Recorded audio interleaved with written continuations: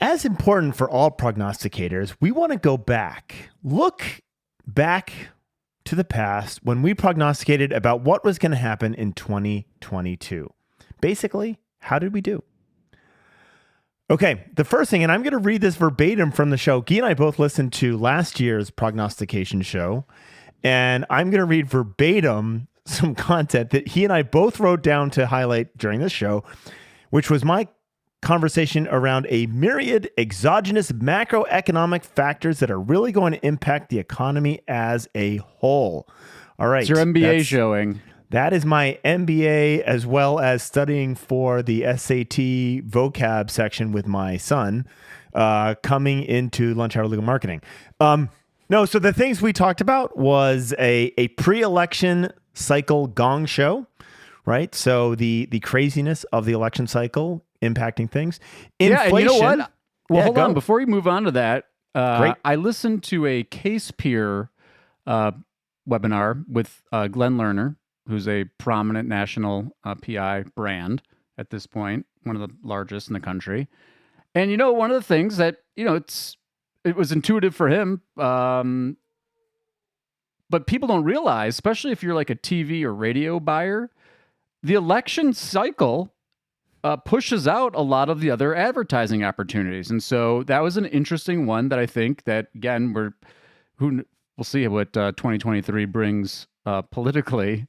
But it's something to be mindful of, and we talk about this with people that do media buys all the time, is you've got to be mindful about what's going on in the world, especially as it relates to politics, especially when it comes to local offline TV, radio, media buys, because politics will push it out. Yeah. I mean, the fluidity of your advertising spend becomes massively, massively important when you have these major cycles, right? And there's again, exogenous variables having an impact on the legal marketing world. That is an obvious one. Other thing that we got right was inflation, right? We talked about inflation being a big deal this year.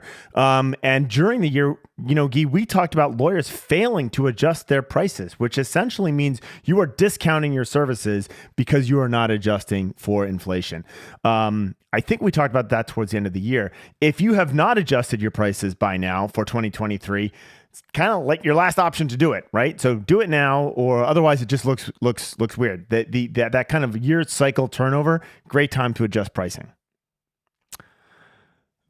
We also talked about interest rates, which we got correct, and COVID. We were kind of wrong on this. We didn't really know what was going to happen with COVID. It seems to have taken a bit of it's kind of faded somewhat into the background.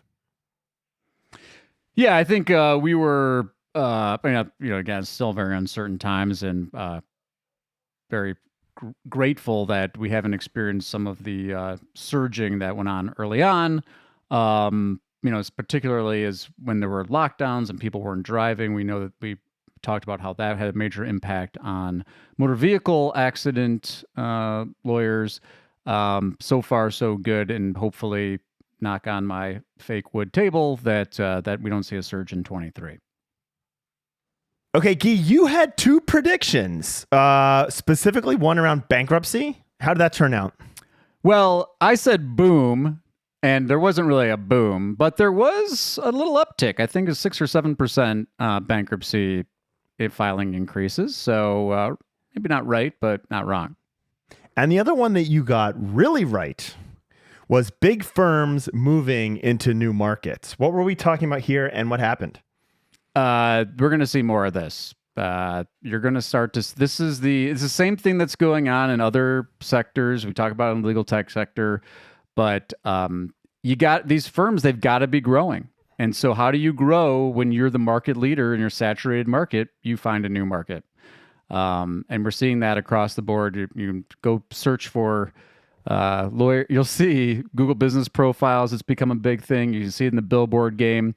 That's a sign of things to come. And it's very interesting that a lot of these big firms who are mentoring other firms in those markets, they're coming to eat your lunch, folks, so get ready for them.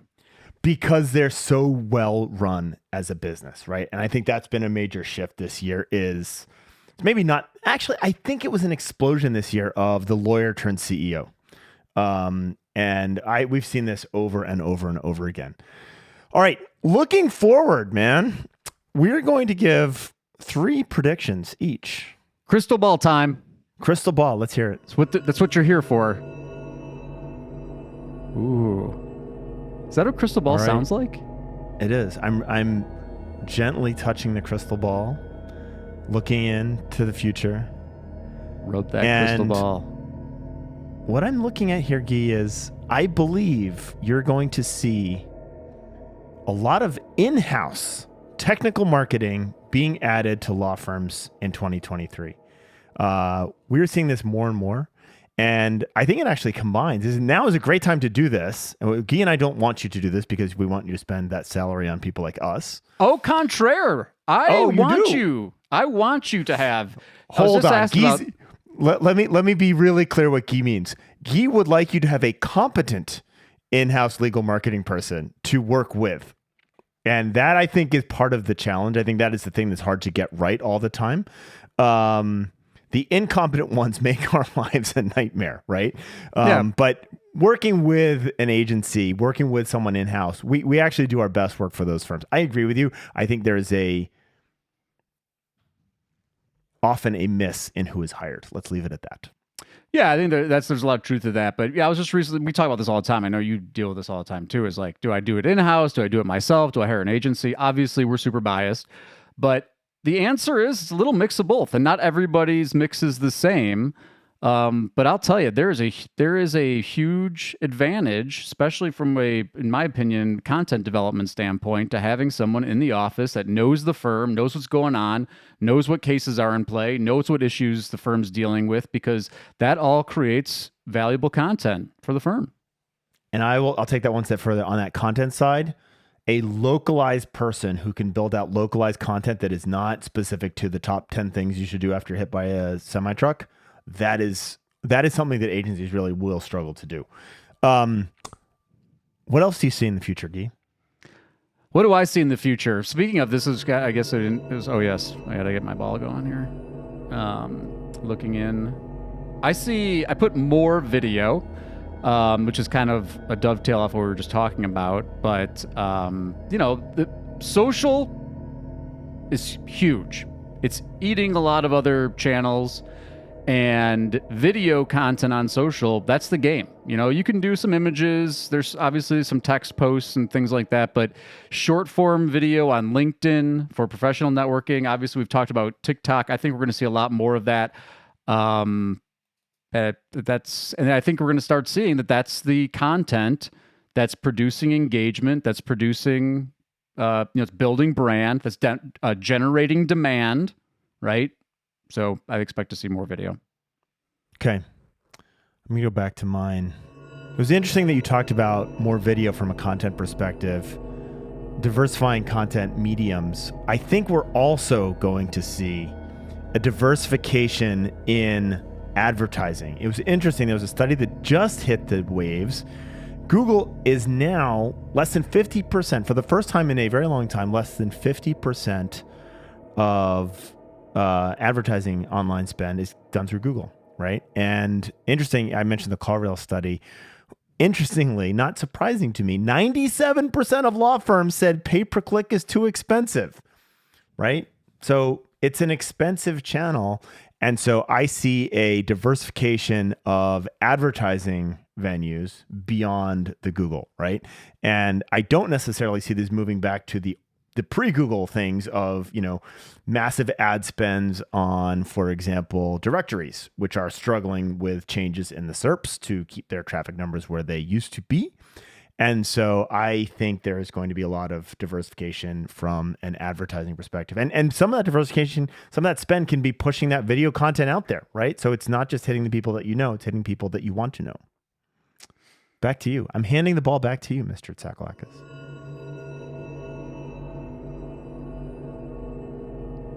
Looking deep into it, what do I see? I see more community fragmentation. So goes back to the social stuff. The open feed, whether it's the fire hose on Twitter or whatever you call what's on Facebook, or what's going on Mastodon, there's more fragmentation in the communities. So think private Facebook groups. We've talked about Maximum Lawyer a lot. They've got a great private community. There are private communities that I'm a member of on Slack. I'm starting to see more of that, and those are growing even beyond just like the B2B referral stuff. We've talked about Levinson and Stephanie and Chicagoland Food private groups. You're seeing more of that because we're entering this phase of social where people want the filter. They don't want the raw feed. They want to connect more intimately as you can be on social media. But I'm seeing more private community fragmentation. Okay. I like this. There was some good MBA words in here. I don't even have an MBA, so you must be rubbing off on me. You kind of do. Having owned a business for as long as you have owned a business, you now have an MBA. Baptism it's an honorary by fire degree from the Ross University School of Management. Right. All right. Looking back to my crystal ball, I am seeing a woman. I'm seeing my conversations with Jennifer Gore Cuthbert in the future. And the reason I called Jennifer out, I've gotten to know her over 2022. And when we were first talking, a lot of our conversations were around Google and focusing on Google. And her mindset has very much shifted. If you are a fan of read Blue Ocean Strategies. It's talking about moving away from the fight that everyone else is fighting and finding new opportunities. I see opportunities.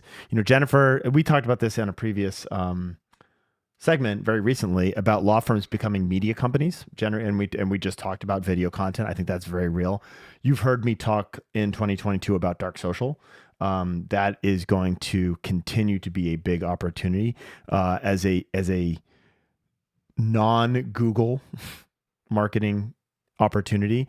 And you mentioned this a little bit, building brand. I think there is a massive opportunity in 2023 and beyond to build affinity for the brand, not just awareness of the brand, but to build affinity for the brand. And I would love to see more and more law firms moving beyond that kind of, I don't want to say hated, but like there's a distrust among the general populace about lawyers. And there are many firms who are flipping that narrative on its head and actually creating not just awareness, but affinity for the brand by doing more for their community. And so I like this kind of, what are the things that we're doing that no one else is doing? Because there's a lot of opportunity there. And my conversations with Jennifer have really reflected that. Okay, last one. Hit me.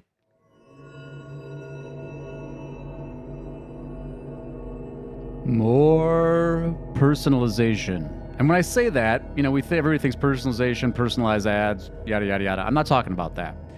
I'm talking about delivering experiences to both potential clients and former clients that are custom to their particular experience, for lack of a better word, situation. And what it requires is a unification of your client data with your marketing approach.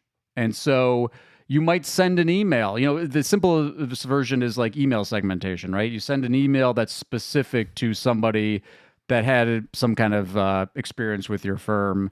But it goes beyond that. There's a data infrastructure change that has to happen, because in order to actually deliver a more customized experience, you have to have some more data points to be able to actually know what their journey was, to how they found you, and what their experience was working with you throughout the process. But you're already starting to see that more. We talk about it with client satisfaction feedback surveys and messaging that comes out following those kind of surveys. But I think you're going to see a lot that's going to be coming into legal and professional services more generally. E-commerce has always done this, right? They give you a customized experience based on prior buying habits, things you've clicked on their site. I think you're going to start to see that more in the professional services category. I love this. I'm frantically walking through Facebook to try and find the example here, and I'm failing to find it in real time. So I'll stop trying. But our friend, we talk maybe too much about Ruki Tajani, but she posted recently about how her firm you will get things that are very personal to you, like completely out of the blue, that have nothing to do with your case or your matter, but like it's something that you're interested, and they really look for that and delivering those like really personal gifts. I'll use Tech Show as an example. I remember I did a talk at the most previous Tech Show, and it was followed up by it was a handwritten thank you card. And it included a gift certificate to Dunkin' Donuts, because my co-presenter and I had been talking about how much I love Dunkin' Donuts. And the worst thing I love living in Seattle, no Dunkin' Donuts in Seattle. I can find a Dunkin' Donuts in almost any airport except Seattle, and I know where they all are. And so she sent me a thank you along with that Dunkin' Donuts card, which was it sticks with you, right? That's the point. I'll never forget that. Right. I will powerful never forget stuff. that. More powerful than 10,000 ad impressions. Yeah, I like seeing this stuff. You know what I think I shared this before. For our holiday gifts, we did customized stationery thank you cards for each of our clients. So we put their logo on stationery and a thank you and their name within the thank you card. But like it was that one-on-one, as opposed to sending, a coffee cup with Mockingbird logo on it, right? Which is just going to go, which they already have for free. Which they already have, and it's probably just going to go to your spouse, right? And quickly forgotten. Money makes a world go round. Money makes a world go round. Yeah, money make a world go